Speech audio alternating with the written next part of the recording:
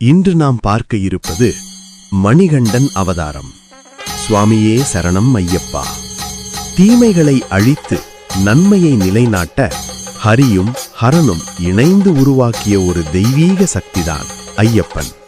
பம்பை நதிக்கரையில் ஒரு பாலகனாகத் தோன்றி சபரிமலையில் தவக்கோலத்தில் அமர்ந்திருக்கும் அந்த மணிகண்டனின் பிறப்பு ரகசியத்தை இந்த பதிவில் காண்போம். மகிஷி என்ற அரக்கியிடமிருந்து மகிஷாசுரனை அன்னை பராசக்தி வதம் செய்த பிறகு அவனது தங்கை மகிஷி தேவர்களை துன்புறுத்தினாள். அவள் ஒரு விசித்திரமான வரத்தை பெற்றிருந்தாள்.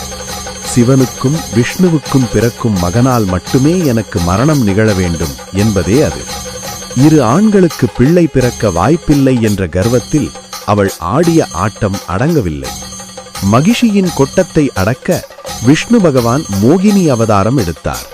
சிவபெருமானுக்கும் மோகினிக்கும் ஒரு பாலகன் பிறந்தான். அந்த தெய்வீக குழந்தையின் கழுத்தில் ஒரு பொன்மணி பிரகாசித்தது. அதனால் அவனுக்கு மணிகண்டன் என்று பெயர் சூட்டப்பட்டது.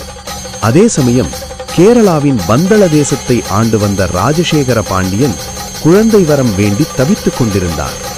வேட்டைக்கு சென்ற மன்னன் பம்பை நதிக்கரையில் அந்த அழகான குழந்தையை கண்டார். அசரீரி ஒன்று ஒலித்தது. மன்னா, இவன் தெய்வீக குழந்தை, இவனை வளர்த்து வா. 12 ஆண்டுகள் கழித்து இவன் யார் என்பது உனக்கு தெரியும் என்றது. மணிகண்டன் வளர்ந்து வீரத்திலும் வித்தையிலும் சிறந்து விளங்கினார். இதற்கிடையில் ராணிக்கும் ஒரு மகன் பிறந்தான். மணிகண்டனுக்கு முடிசூட்டுவதை விரும்பாத அமைச்சர் ஒருவன் ராணியை தூண்டிவிட்டான்.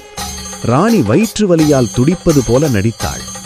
பெண் புலியின் பால் கொண்டு வந்தால் மட்டுமே இந்த வலி நீங்கும் என மருத்துவர், அதாவது அமைச்சரின் ஆள் கூறினார்.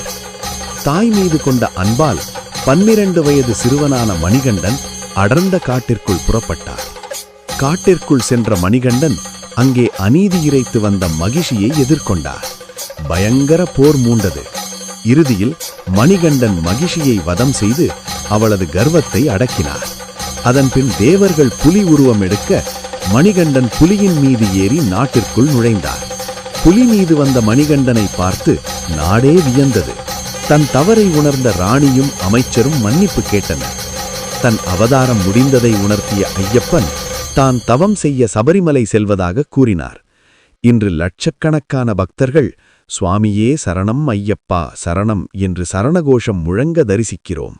அந்த மணிகண்டன் இன்றும் நம்மை தீமைகளிலிருந்து காத்து வருகிறார். சுவாமியே சரணம் ஐயப்பா.